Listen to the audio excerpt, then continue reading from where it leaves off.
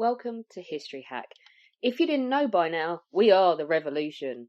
That means we're sharp, witty, lots of fun, but it also means that we're essentially the peasants in Les Mis huddled round a table in the corner of the bar with no money. If you enjoy the show, please do support us. We have a Patreon account by which you can donate a small monthly sum in appreciation of what you're hearing. Alternatively, we have Ko-fi, in which you can just do a one-off donation as a thank you if you particularly enjoy a certain episode. Either way, we massively appreciate all of your support. Hope you enjoy the show.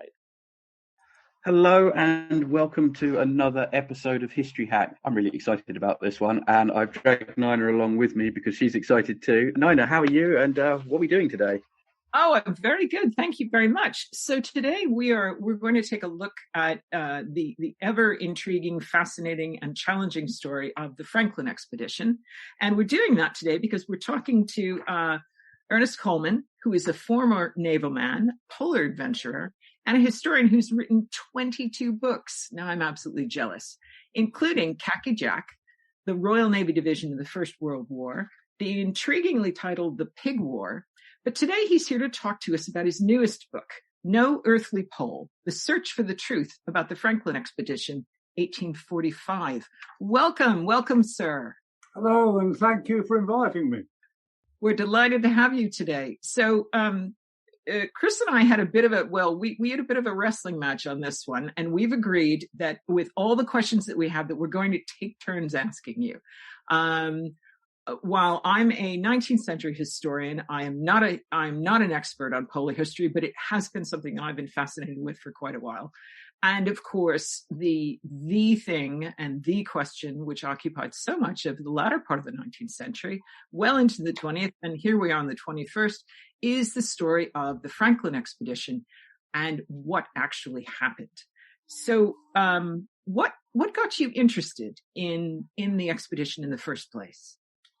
Well, one of my last jobs in the Navy was as a recruiting officer for Lincolnshire. So while I was there, and I actually live in Lincolnshire now, whilst I was there, I thought it's too much RAF. You know, Royal Air Force all over the place. And yet we've got a fine naval history and great names like Flinders, Bass, Banks, and of course, Franklin, the leading four, if you like, or John Smith, who brought Pocahontas over, comes from there. And so I wrote a book, and it's my very first book called The History of the Navy in Lincolnshire. Right. And the more I looked into Franklin, the more I kept thinking, there's something odd here. You know, he just disappeared. And up until the Scott expedition, of course, to the Antarctic, people always considered the Franklin expedition as the one big mystery and naval disaster, if you like. Right. So I decided to look further and further into it, and then I managed to persuade the Admiralty to let me go up there and have a look. Had you had any Arctic experience prior to this? I know you were a naval man for more than 30 years, and so you've been on all manner of different expeditions, different craft, submarine, etc., etc. Had you been to the Arctic before you decided this was a topic that you wanted to investigate? This is a sort of cheapskate answer. This is. Before, when I was 16, I was on the Ark Royal aircraft carrier. Right. And we did Arctic trials, or ice trials, whatever you choose to call them, up into the Davis Straits. Okay. And I thought it was spectacular because you used to have a thing called Arctic sea smoke. Now, that means there's a mist all over all the water as far as you can see. And so you appear to be sailing through a cloud. Oh, gosh. And because I was slightly naughty on one occasion, I was sentenced to 2 hours extra work. And I was sent up to chip the ice off one of the radar domes. Yes. It was a wonderful sensation. But that is the only experience I'd had before. Wow, gosh. the main purpose of the expedition was to find the Northwest Passage. But why is it so important, and why is Britain and the Royal Navy trying to secure it? I'm not so sure about the word secure. When Franklin set off, it was pointed out this was an achievement for humanity if they could do it, because to get to, if you went westwards and you wanted to reach the Pacific and further on, it's a long way down, right the way down past Cape of Good Hope, the tip of the southern tip of South America. Whereas if we could go from the north and across the top of Canada, and that it would make a terrific trading route. Something interestingly enough that still applies today. It would make a great trading route, and of course it would be open to everybody. That was the point. If the Royal Navy discovered it, then great. But we weren't going to put customs barriers on it or anything. Excellent. Your expedition north, and I'm so glad you told us of the, sort of your first encounter, and the particular punishment, which meant you were spending a great deal of time outside chipping ice. From the expeditions, because this project was multiple expeditions. It wasn't just one and done. What did you find the region was like in terms of just climate, in terms of ability to travel, and so on and so forth? Well, prior to that, I'd never been into the Arctic in the dead of winter. I actually have since, and the Arctic in winter is beautiful. There's no question of that, but very unfriendly.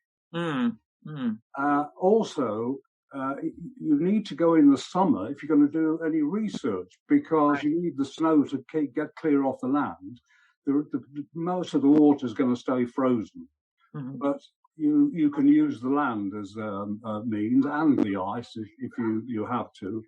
But if you're looking for something, you need it cleared, and that's what it was. And it very quickly came to me that the Arctic in summer can be very unpleasant. You've got your polar bears that are a threat when you're home, because they think you're an upright seal, and if you're not careful, you don't want to end your day looking through the rear end of a polar bear. Pretty much, yeah. Pretty much, yes. And it can be unfriendly just the same. But then again, that's just one of life's challenges. Absolutely. And of course, nowadays, the sort of equipment that we might have access to is incredibly different in terms of durability, in terms of design.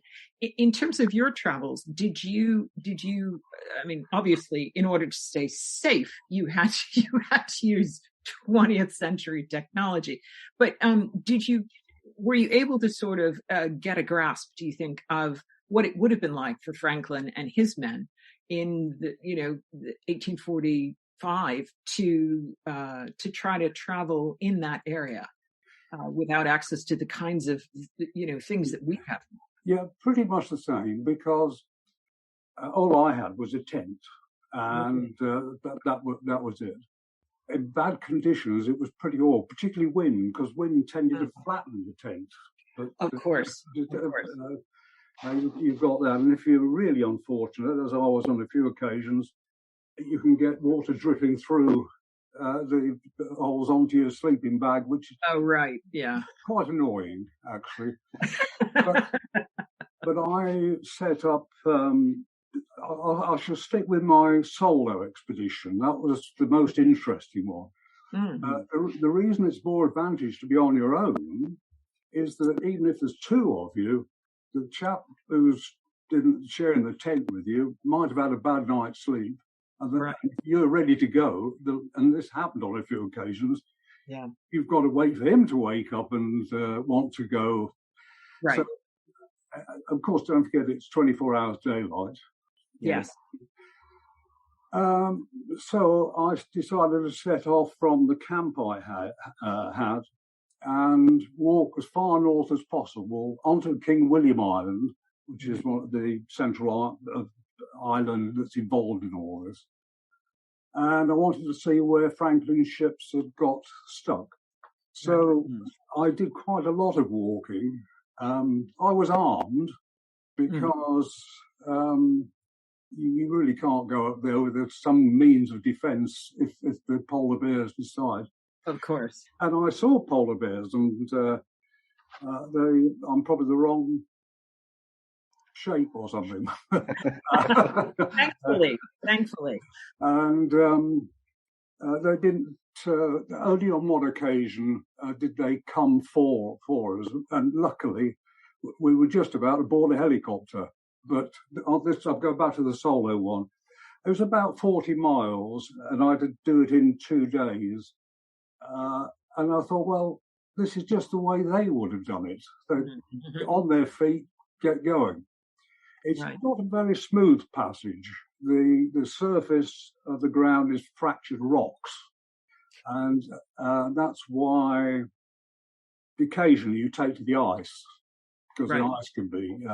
But it was just an interesting exercise. And I found out that something I didn't know is that when it gets very cold, the propane doesn't work. Oh, so God. I couldn't eat anything. There was nothing to put. But then again, God built me like this, and I'm all right. You were all right. Yeah. There's an unexpected development for you. Yeah. Did you have any problems with navigation? Because I know that Franklin's crew suffered from this. Ship's compasses couldn't pick up north because it's constantly shifting. Did you have any problems with that? No, because compasses weren't a great deal. I always used to think my compass pointed to the rifle. It's the first bit of metal that it could, point at. Right. No, the navigation wasn't really difficult because you're walking up. I always kept the coast about a mile from where I was walking. And if you can keep the coast in sight, then it's not a problem. Right. Yes. Some of the areas are, but my hated favourite place was a place called Wall Bay. And in summer, it's notorious that there seems to be a fog hangs over that always. Right. So again, I got closer to the shore, so for that. But it was very strange. It was fog like I'd never known before. It was like being in your own sort of little cave that you were moving forward, and your visibility was a matter of just a few yards. Gosh. So so I plodded on through that, quite concerned that a polar bear would be perfect to spring out at you. Absolutely. They obviously didn't fancy me, so but nothing happened.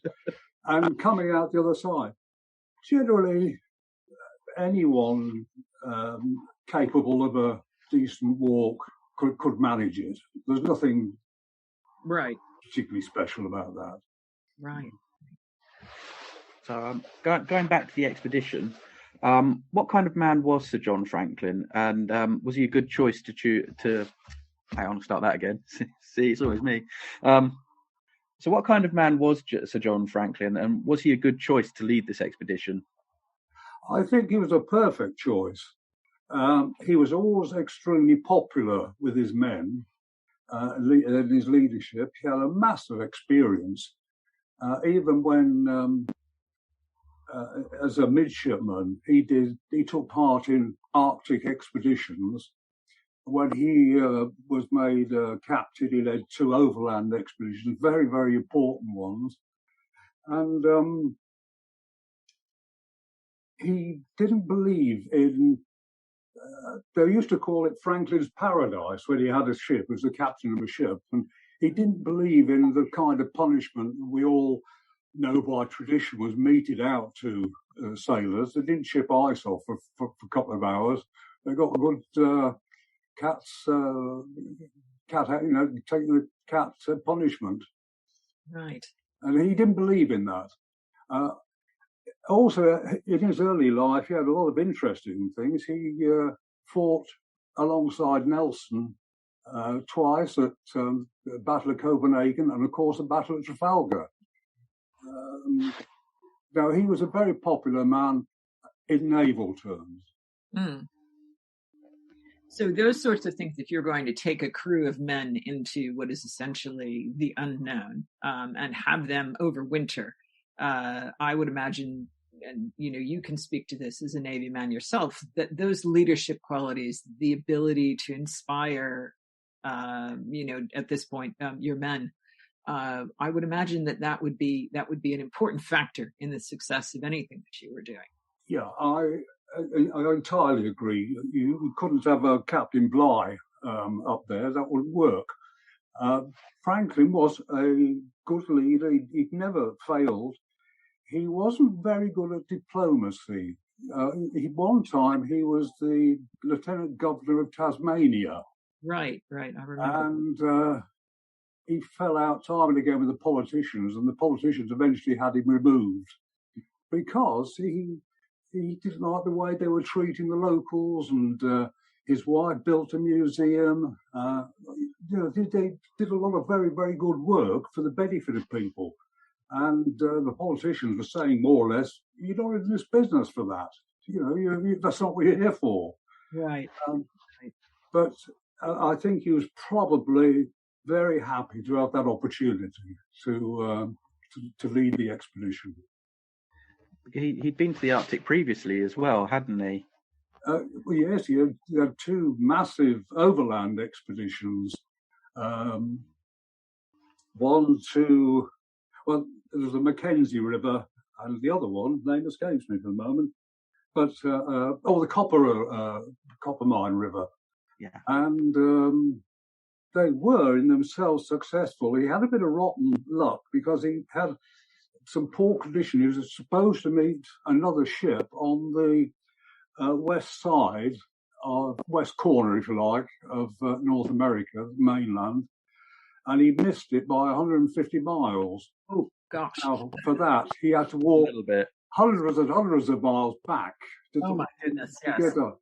But he got through, but it was very, very difficult for him, and that showed terrific leadership. One of the aspects that has been considered in recent studies of Franklin's expedition is the way that they were equipped and provisioned. And so, how do you understand that particular aspect and how it might have affected or not affected the outcome in terms of equipment, food? Yeah. The ships, first of all, they were experienced ships, if you like. They'd been around for a while, and they'd been to the Antarctic, and they were known to be good ice vessels, if you like. But where the state of the art came in was when they put a steam engine on board. Right. And the engine, I think they took the engine from the Greenwich Light Railway. Yeah. And of course, one of the axle shafts would have been attached to a propeller outside. And they really thought about this because they thought, what if you get trapped in the ice? So in the stern, they had what they called a well. And that's where, if you were going into ice, you could lift the propeller out. Of course. Now, coal was the only fuel they could use. They used it as ballast for a start. That was a good common sense thing, because you could always replace it with rock and keep it going. But it didn't work all that well. It was a new technology to have ships with engines in. It was there, and it really wasn't. It didn't have the punch to get you through ice or anything like that. But if I can go to food is an astonishing story. Half of the supply of canned food that was supplied to Franklin on the two ships, Terror and Erebus, the other half was left in Portsmouth dockyard because they were finding another ship, supplying other ships with it. Right. And guess what they found? When Franklin had gone, he'd lost all communication with him. The stench from the food in Portsmouth dockyard was leading to complaints from people who lived around there. Oh, that's right. Absolutely rotting away. Yeah. Now, you've got to say, well, Franklin's got the same thing. Right. And that's why I think it was about 12,000 cannons were put on board the two ships. Right. And yet only 600 have been accounted for. Gosh. Now, because metal, we'll come to this later, metal is so rare in the Arctic, there's just a little bit of copper, but that's it. They decided they would have only thrown it overboard. But the thing that they had there was lead in the cans. There were seals with lead. Lead was useful for musket balls and a variety of such matters. So that's why on Beechey Island, which was where the first evidence was found, right, the major thing there was a forge. And that's what they did. They got empty cans of the food and then melted the lead from the tins. And they're still there today, examples of those tins. But to be able to trace no more than 600 out of thousands means that they were just dumped, got rid of them as quick as you can. Right. They wouldn't have had to have gone short of food. One of the favourite, killing birds, seabirds and things like that, then they were hung in the rigging to dry out, and and of course, once they got further south, having gone into Lancaster Sound and then worked their way through the Arctic, there's a lot of caribou, and there are musk oxen, and even polar bears, although polar bears you have to be careful of because the livers of polar bears are poisoned. Right, exactly. So food could survive. It was enough to survive, and it must have been at their time because Franklin making the decision to carry on. Right. Still, that requires a great deal of extra effort if you're going to hunt and, feed that many men on two ships, which I assume, must have provided quite the challenge for them in terms of survival. The officers those days were all trained in hunting, whether it's on horseback or whatever. Sure. And the animals, as I experienced, they don't quite know humans are friendly or not. They'll come up to you and stare at you, and and the muskox. I once saw a wonderful sight where they saw me and retreated into a large circle with all heads pointing out. Right. And then I watched on another expedition when a friend of mine, he advanced to the muskox. Whereupon the muskox charged, he turned sensibly and ran off, and immediately the muskox stopped. You're not going to waste energy chasing something you can't eat. Exactly. Interesting. Circling back to the lead, some of the first artefacts that were discovered were, of course, the graves of Torrington Brain and the local boy to me, Hartnell. Their autopsies revealed that they had high levels of lead in their systems, which some people have argued that lead poisoning could have been a major factor to the expedition. But it's also quite contentious, isn't it? It's total nonsense. Even to me, as a non-specialist in that sort of thing, I knew that they lived on water supplied through lead pipes. They dined off pewter plates, which contains lead. Most of them came from towns and cities where they'd grown up with lead. It gets murkier too because one of the expedition that claimed all this, he said to me that what they did with the lead, I didn't know this, but the amount of lead in a human hair varies along its length. And so what they'd done was cut all the high bits out and they're the one that was tested, and that led to actually they died of pneumonia or tuberculosis. That's what they died of. It got even better for me, at least, was when a Canadian university went to Nelson's Dockyard in Antigua and dug into a naval cemetery there from the same period. And guess what? Everyone's got lead. Exactly the same level of lead in the bodies. Right. So that gives us another perspective in terms of how we might think about the physical outcomes and the health outcomes for the sailors. As if this is, certainly one thought about how they might have died, but causes us to step back and start considering other things that might have happened. But we do know that something must have gone terribly wrong, because, of course, they didn't survive, and multiple expeditions, including your own, to try to understand what happened.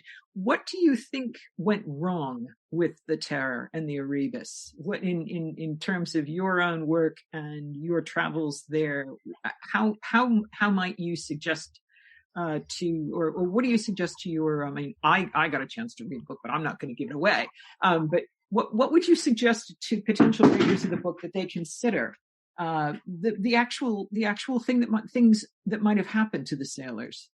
Yeah, if we're talking about the position suddenly where the expedition went wrong, was right. very, very simple and totally unexpected. When they came down Peel Sound, and they must have been really very cheerful because they were all heading in the right direction. But then suddenly they hit ice. No big deal. That's what expeditions are about. Yeah. They knew that the best thing to do. Well, you've got a choice. You could have retreated, but that, having got that far, they wouldn't have wanted to do that. You got in the ice builds around you, and you're locked in the ice for the winter. That was fine. Everything went fine, and they had their what we used to call in my time in the Navy sort of sods operas and entertainment, things like that to get them through. Right. There would have been hunting ashore because you could walk ashore from ships, no question of that. They put up markers that could indicate the direction of drift and everything.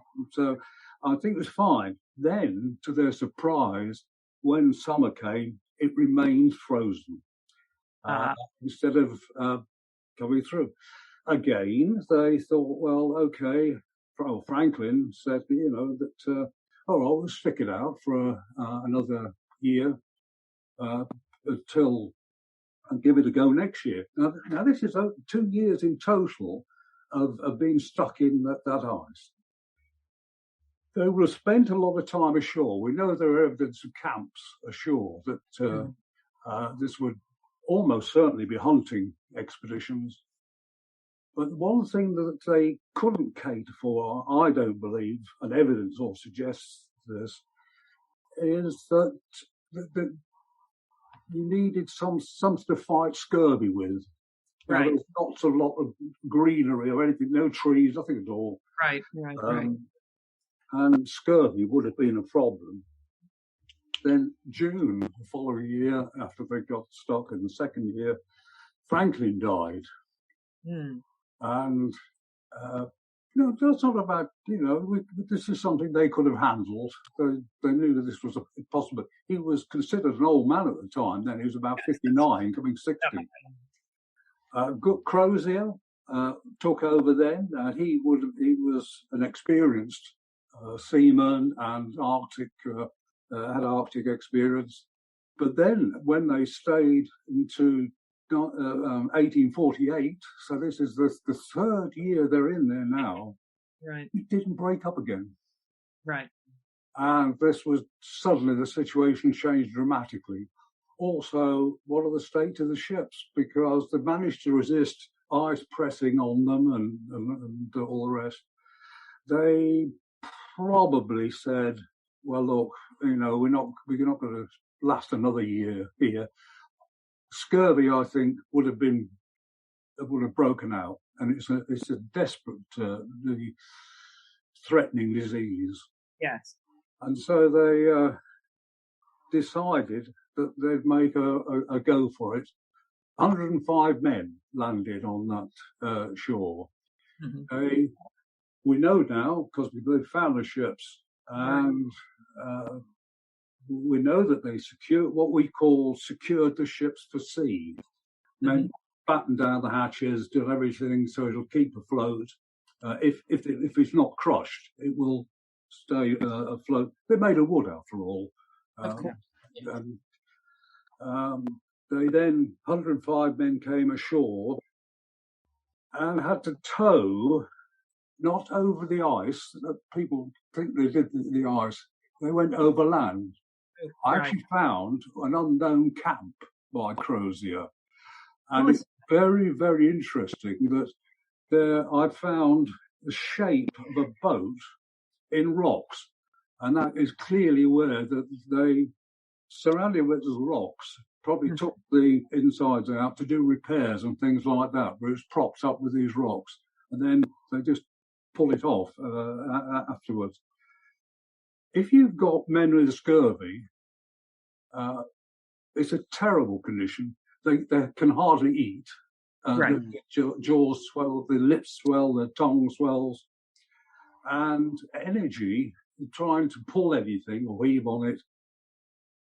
It's debilitating is the way, and yet they had to do it. How much do you have a sense of how much the loaded boats, which I assume they're trying to pull across, and I know you spend some time in one of the chapters describing what the surface is like with slabs, heaving and crust and so on. Mm-hmm. So just to give our listeners a sense, what are we talking about in terms of what something like that might have weighed? Distributed among men who are clearly debilitated, weak, perhaps, as you're saying, they're not able to eat frequently, they're ill. The physical challenge must have been tremendous. It absolutely would. We talked about leadership. Right. And leadership and teamwork. Nobody wants to let down anybody else, and they're all going to give it a try. The boats themselves, there would all have been 27-foot whalers. They're large boats, heavily built, simply on the principle that they're going to be operating in ice. Of course. Yeah. So they would have been very heavy. We're not quite sure how many they dragged with them. Right. It's probably no more. Well, 4 would have been maximum. Absolutely. Yes. And they would have done it in relays. Sort of the amount they needed to get it moving. Right. And they will be taken over by a similar amount. It's normal organisation that would have aided them there. And they did a tremendous job. They got all the way down to the southwest corner of Prince of Wales Island. We do know that Franklin sent Lieutenant Gore and Lieutenant Devoe on an expedition when the ships were still locked in the ice to look at the route. Right. They would have said, you can't go over the ice. The ice is the obvious choice because it would slide. It could slide, yeah, exactly. But you've only got to look at the ice in Victoria Sound, or the Victoria, and it's masses, huge on the road, on even ice, the size of houses, great blocks. You just couldn't do it. Right. But the land is relatively flat. Mm-hmm. And so off they went. And that brings us to that bit, was Erebus Bay. Erebus Bay, I think what happened, no one's really put this before, we know that there were remains, in fact I found some, further to the south. Mm-hmm. So they split one way or another, their division. I'm convinced that the division was not something caused by conflict or anything else. I think it really was that some of the men just couldn't do the job. They couldn't pull the boats anymore. And I like to think what I would have done, and I believe this is what Crozier did, was to treat it like a First World War casualty clearing station. Triage. He said to all the ones who couldn't make it, all right, men, look, here's the thing, what we're going to do. We're going to leave you a boat or two boats. And, we'll leave you food, which we know they did, which still existed. We're going to leave, and you will stay here until the ice melts. Now, Gore and Devoe must have found that the bottom bit of the ice was melting during the summers. That's not a big deal. That's the way it works. Even if the top of the straits are thick with ice, the bottom bit turns, because you've got the warm Pacific, effect. And so, having done that, they would have probably left them with a few arms, and perhaps a couple of volunteers. So we'll look after them. We'll do this, that, and the other while we go. And so, just hang on here, keep yourself alive. The ice will melt. Get your boats on the water, and then head off. They didn't really have much other choice, really, but. Hindsight's always 20/20, but was Crozier's plan to head south a good idea, considering would they have been better off to stay with the boat with Terra and Erebus? There were a couple of options. Sir John Ross, in one of his expeditions, left a ship across something called the Boothia Peninsula, but I believe, and I'm not alone in this. There are rumours that when Ross abandoned that ship, the natives actually sort of got on board and stripped it, and there would be nothing left. So that immediately cut your options in about half. You could have tried to retreat, but it was too late. When they first met the ice, they could have retreated, but they wouldn't want to do that. And so they couldn't move from there with the ships. I can't think of anything else that was open to them. So faced with this sort of a challenge, what can you tell us about Crozier as a leader? I mean, we've spoken at length, and you've reminded us of Franklin's wealth of experience and his Arctic experience. What kind of a leader was Crozier meant to be? He's second in command here. He, of course, is going to, one assumes, step up, and was ready to step up into such a leadership position if needs be. Yeah, I think I've met one of his descendants, actually. Oh, you did? That's right. I mentioned that in the book, yes.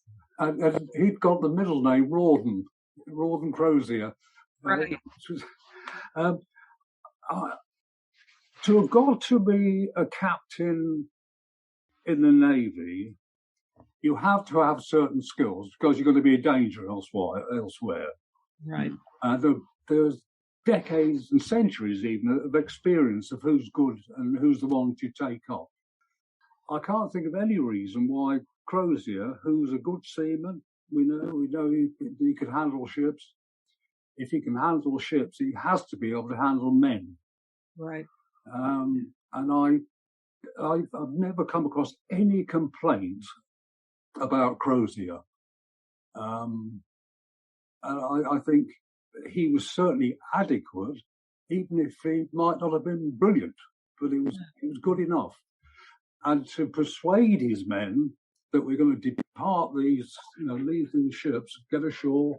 And he wasn't using methods of threats of disciplinary punishments to do it. It just wouldn't work. They wouldn't have allowed it. And they were acting as teams when they were dragging those boats. The boats wouldn't have moved if they hadn't. Right. All this points to the fact that I believe that Crozier was a very good leader.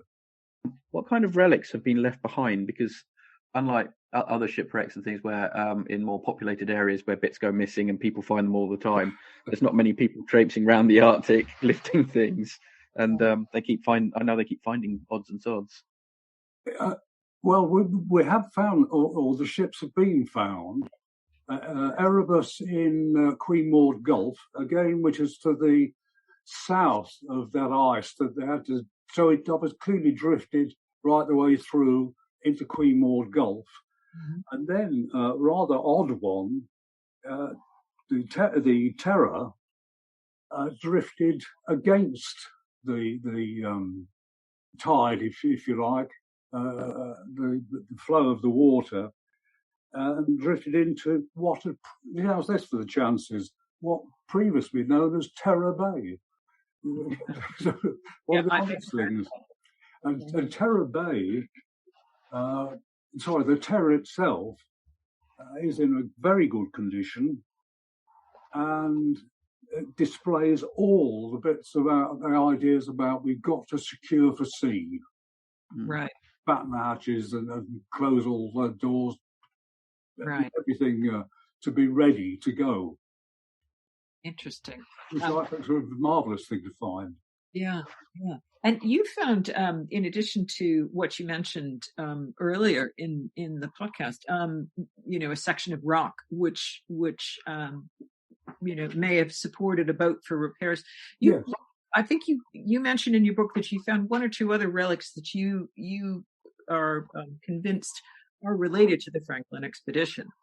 Can you tell us a little bit about those? I hope I haven't over-egged it. There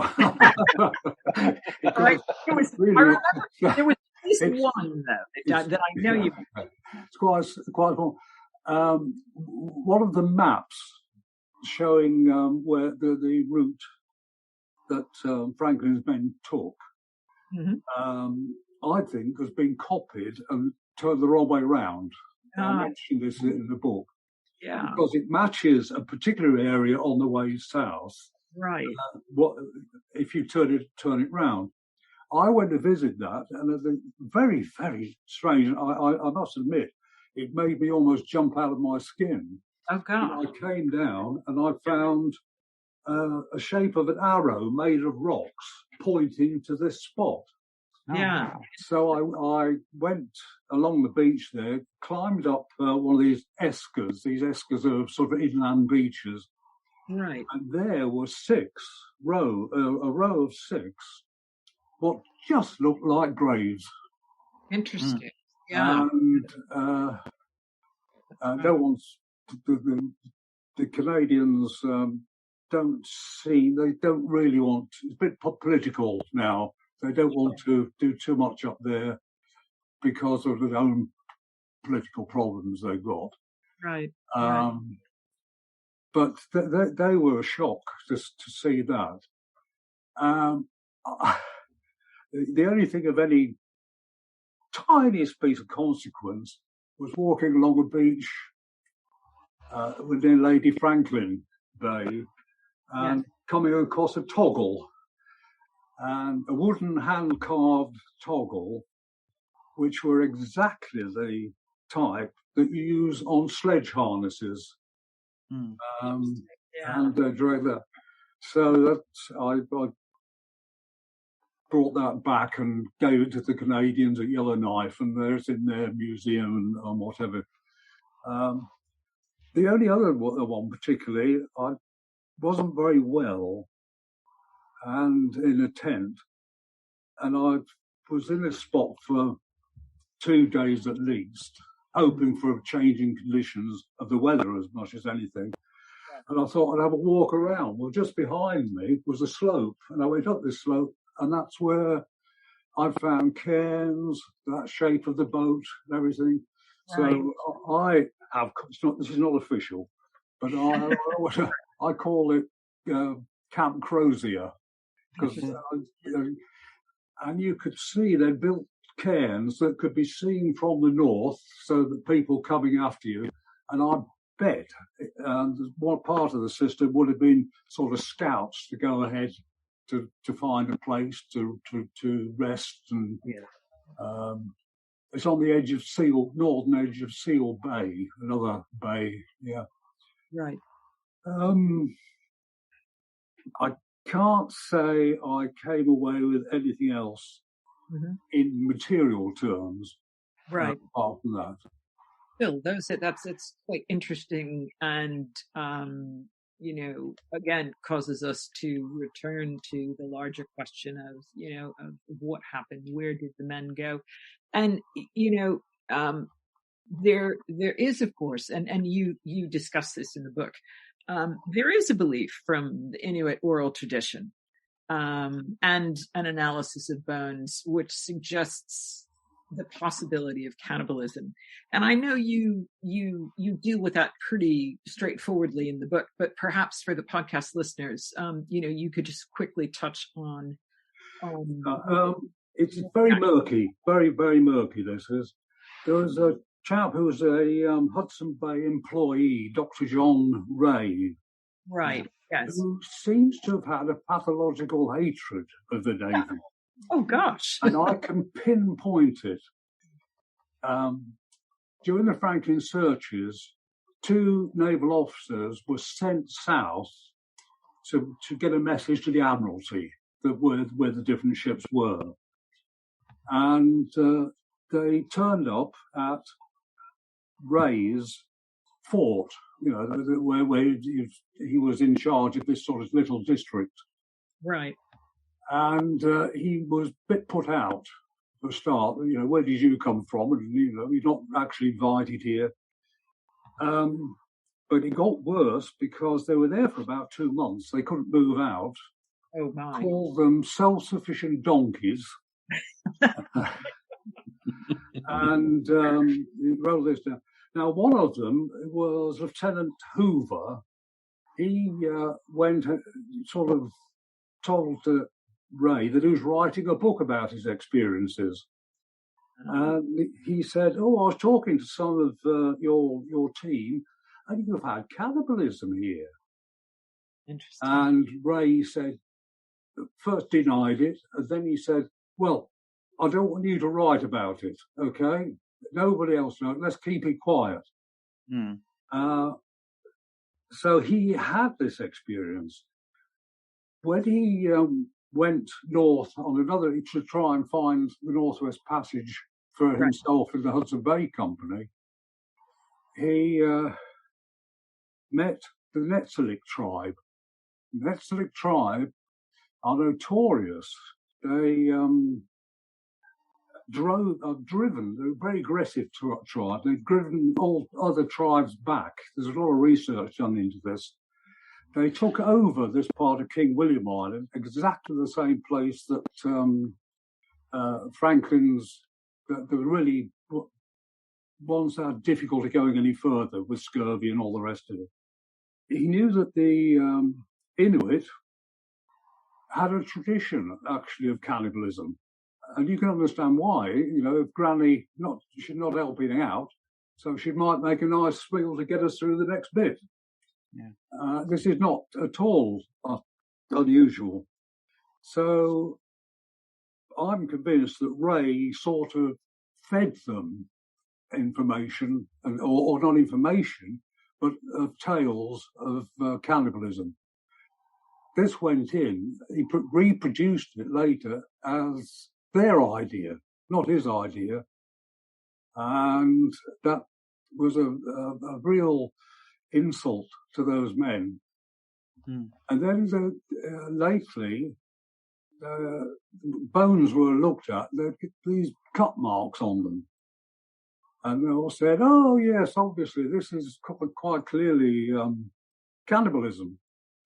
In fact, it wasn't. They're all signs. I've gone to Saw York to look at bones there from battlefields and whatever. And just the same, exactly the same. And they've got most of the cuts are on the hands, on the remains of the hands. That's someone defending themselves. The idea that cannibalism should be bowled out straight away. The only way it could work is if they were attacked by the native, by the Netsilik, because the Netsilik thought all their birthdays had come at once. There was all these resources, metal, large wooden boats, all sorts of things that they just couldn't get their hands on anywhere else. It was an easy target. Then the next thing they came out with and said was, well, clearly wrong. The Netsilik tribe are actually a Stone Age people. All their tools are made of slate and, stones mounted as weapons or whatever, which is nonsense because Ross, again, John Ross, abandoned 2 ships in the Netsilik area, one with the Victory and the Krusenstern. And you can still go there today and see great big cogwheels made of metal. The Netsilik had absolute access to metal they'd never had before. And there's no doubt about it that these poor men were hacked down and killed. There was also a suggestion that so there's a lot of damage to finger bones found, that they would have been cut off to frostbite. For example, Ranulph Fiennes cut the end of his fingers off. Yes, that's right, yes. But there was a suggestion that because there were a lot of finger bones found, that it had actually been the ship surgeons removing frostbitten limbs. Yeah, but other bones are on the long limbs. Now, I have suggested, and everyone agrees from these who's been up there and talked to the native people, was that if you attacked someone and killed them, you had to mutilate the body. There's no question of that, because the body or spirit would get up and then pursue you. Yeah. That was a firm belief. And so I mentioned in the book that they would have just hacked into the bodies, broken the long bones, broken the arm bones, and all the rest of it. That's all that damage was. Nothing to do with cannibalism. Yeah. Oh, and don't forget, of course, the other thing is there was 40 pounds of chocolate in one of the boats when it was found 10 years later. 40 pounds of chocolate. That's a lot of chocolate. Well, it keeps, of course, and so on. So, just for us to round this off, what is your next project? I mean, we've focused obviously on this book because it's your new one, and we want to make sure that people track it down and read it. But any more visits to the Arctic, or are you headed in a different direction with your? No, I'm 80 next month. And the idea that I can get back up and try and do that again, I think is remote. I like puzzles. And the first one is why do we have an RAF? What are they needed for? This day and age. And it was really a bad mistake, taking the aeroplanes from the Army, taking the aeroplanes from the Navy, and creating, here's the word, independent force. That's the first title they were given. So that's one project. Another project is I discovered who Jack the Ripper is. Oh, boy. Now, I can't tell you anything. Don't tell us now. Don't tell us. I've got about, 30,000 words down at the moment. Right. And it's an extraordinary story. He was a very famous man of his time. All right. We should probably leave it at that, because otherwise, if you're going to write this book, if you tell us now. You've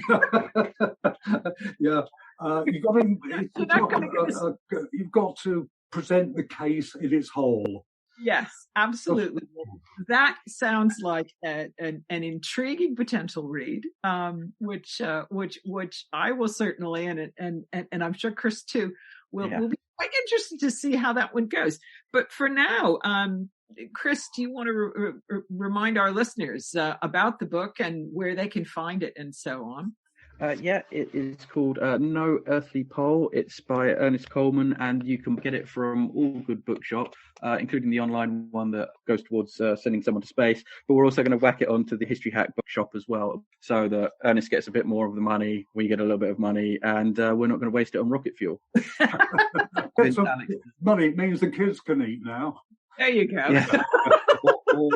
Or I might try and convince Alex to put the money towards us going to the Cocos Islands to look at the wreck of the Emden, so I can write about that. It's a lot warmer in the Cocos Islands than it is in the Arctic.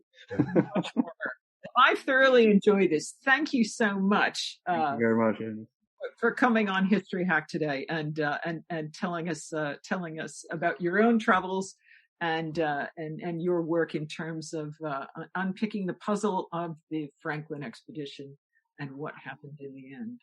Thank you very much indeed again for inviting me. Our incredible guests give us 45 minutes of their time to join us and talk about their work or their new book. This is just a small taster. As a result, we have launched our very own bookshop on bookshop.org, where you can find our guests' latest books, you can support them, and you can support us on History Hack. 10% of every sale via our bookshop supports the podcast and allows us to keep going and bring you more top-of-the-line guests. You can find our bookshop at bookshop.org/shop/History Hack, or search for us in the shop section. Thank you so much for your continued support. We really appreciate our listeners and supporters. So make sure you get down to the bookshop and grab yourselves a new book.